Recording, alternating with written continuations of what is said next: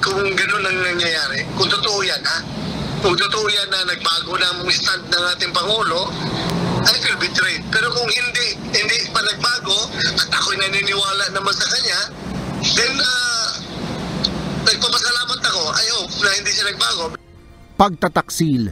Ganito ang pakiramdam ni Senador Ronald Bato de la Rosa sakaling nagbago na nga ng posisyon si Pangulong Ferdinand Marcos Jr. sa una nitong pahayag na hindi niya hahayaang magkaroon ng jurisdiksyon sa bansa ang International Criminal Court o ICC. Sa gitna ito ng tila pag-usad ng issue matapos sabihin ni Justice Secretary Jesus Crispin Remulla na hindi trabaho ng bansa na pigilan ang aksyon ng International Criminal Police Organization o Interpol.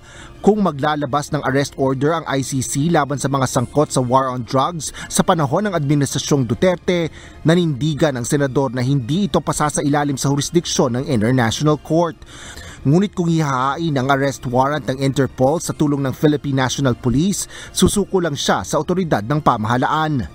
At kung sila itutulungan ng ating kapulisan, well, hindi ako magkipag-gira sa ating mga kapulisan. I will submit to the authority of our government, pero kung ang yan ay kautusan ng ating korte, pero pag kautusan ng ibang other than our courts, then I will not recognize it. Sakaling maglabas nga ng utos ng pag-aresto ang ICC, umaasa si Senador de la Rosa na maninindigan para sa kanya ang Senado.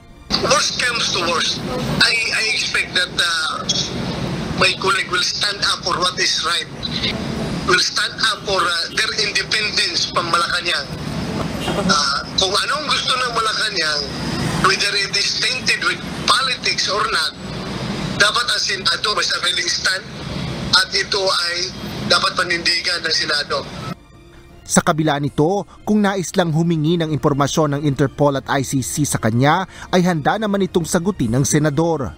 If they are going to make a formal communication with me, at itingnan ko paano yung laman ng communication, at kung sabihin nila na mag-interview lang, then why not? Why not?